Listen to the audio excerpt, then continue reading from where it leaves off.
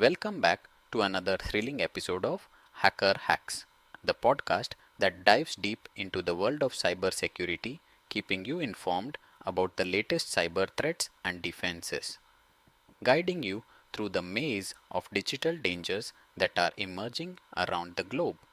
Today's episode is a roller coaster ride through recent hacking incidents that have sent shockwaves through various sectors, from government agencies to tech giants.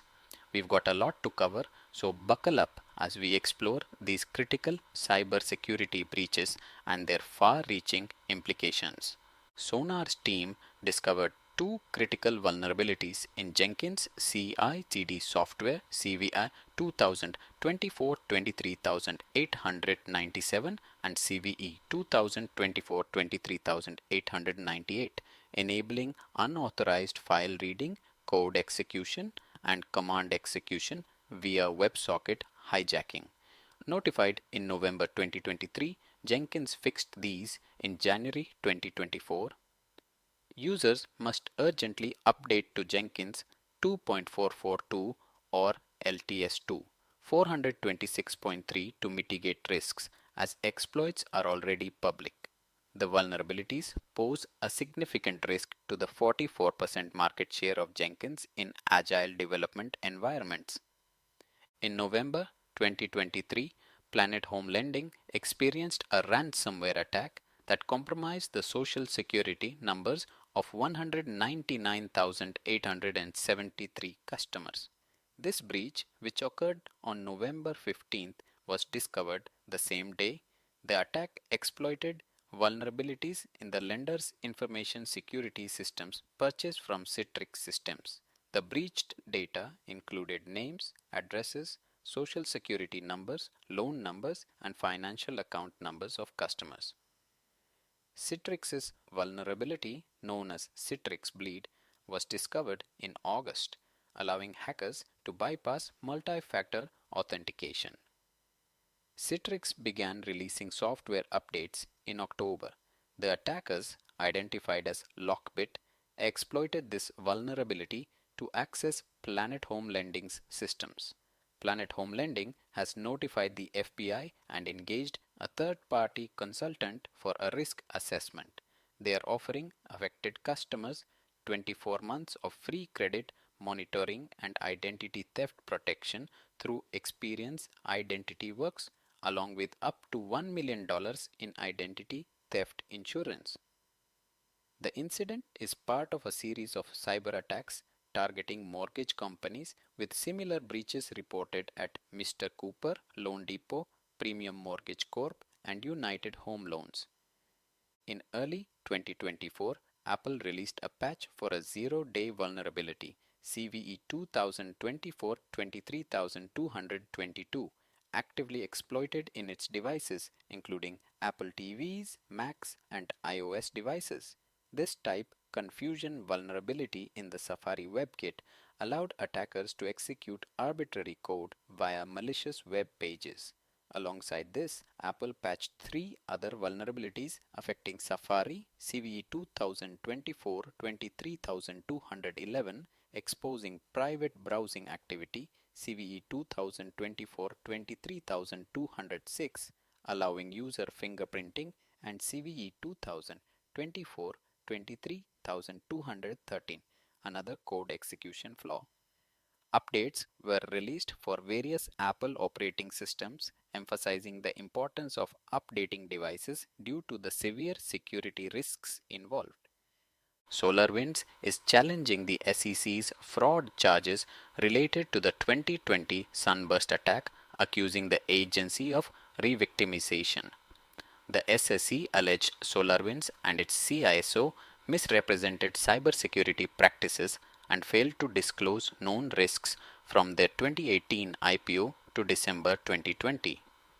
SolarWinds argues that the SEC's demands for detailed vulnerability disclosure are impractical and not legally required, claiming such information could aid attackers. The case highlights increasing regulatory focus on cyber security risk management. The US government disrupted a Chinese hacking campaign, Volt Typhoon, targeting critical infrastructure. Led by the FBI and Justice Department, the disruption focused on a threat actor active since mid 2021 in various sectors. The campaign, known since May 2023, involved data theft and an unkillable botnet using end of life IoT devices. Despite US efforts, recent attacks indicate ongoing activity. The White House seeks private sector help, fearing the campaign could disrupt US readiness, particularly regarding Taiwan. Microsoft confirmed a hack by the Russian group Midnight Blizzard, which exploited a legacy account without multi-factor authentication (MFA). The attack began with a password spray tactic leading to access to senior Microsoft executive accounts. Microsoft's investigation revealed other organizations targeted by Midnight Blizzard. The hackers compromised a legacy test OAuth application with elevated access, creating new OAuth apps to target Microsoft corporate email accounts, including those of senior leaders and cybersecurity staff. Trend Micro's ZDI held its first automotive-focused PBN2 own event in Tokyo, awarding $1.3 million for discovering 49 vehicle-related zero-day vulnerabilities. Researchers demonstrated successful exploits, including gaining root access to a Tesla modem and escaping a Tesla infotainment system sandbox. EV chargers and automotive-grade Linux were also targeted. Cisco reported a serious vulnerability and Apple identified a zero-day WebKit exploit. Additionally, the SEC admitted to a SIM swap attack on its Twitter account, and new macOS malware targeting cracked apps was discovered. White hat hackers discovered a significant vulnerability in Chatter, an AI-powered hiring platform allowing access to personal data of job seekers and hiring managers. The issue, quickly fixed by Chatter, highlights a broader problem of cybersecurity vulnerabilities in AI chatbots. These vulnerabilities are exploited by various cyber threat actors, including amateurs using AI for phishing and social engineering attacks. The issue raises concerns about the adequacy of cybersecurity measures in AI governance and the need for stringent protection of personal information. A critical authentication bypass flaw in Go Anywhere MFT allowed attackers to create rogue admin accounts. The vulnerability CVE 2024-0204 with a CVSS score of 9.8 affected version 6, X and 7. X of Fortress Go Anywhere MFT. Fortra patched the issue in version 7, 4.1 and recommended mitigations for affected systems. However, researchers at Horizon 3 AAI developed a proof of concept exploit using a known path traversal issue, urging users to update and check for rogue accounts in the Go Anywhere administrator portal and database logs.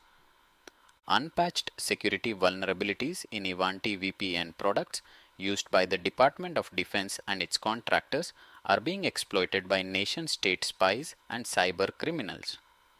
The National Security Agency reports that several defense contractors, mostly small to medium-sized, are investigating potential hacks linked to these Ivanti flaws.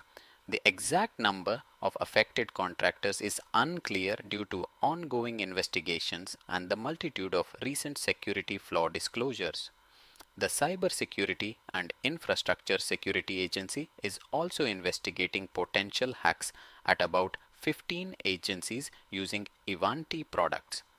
Hundreds of VPNs have reportedly been compromised, and Ivanti has not yet released a patch.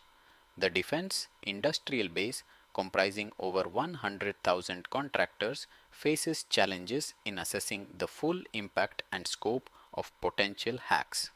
The Defense Department is implementing new cybersecurity requirements in government contracts to address these vulnerabilities and threats.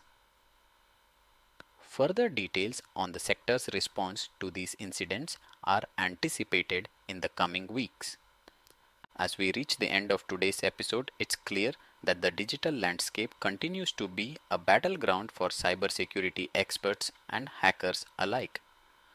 From the vulnerabilities exposed in major companies like Microsoft and Apple to the alarming threats against our critical infrastructure, these incidents serve as a stark reminder of the ever evolving nature of cyber threats. Remember, staying informed and vigilant is our best defense in this ongoing cyber war. Thank you for tuning into Hacker Hacks. Don't forget to update your systems, stay alert, and keep your digital presence secure.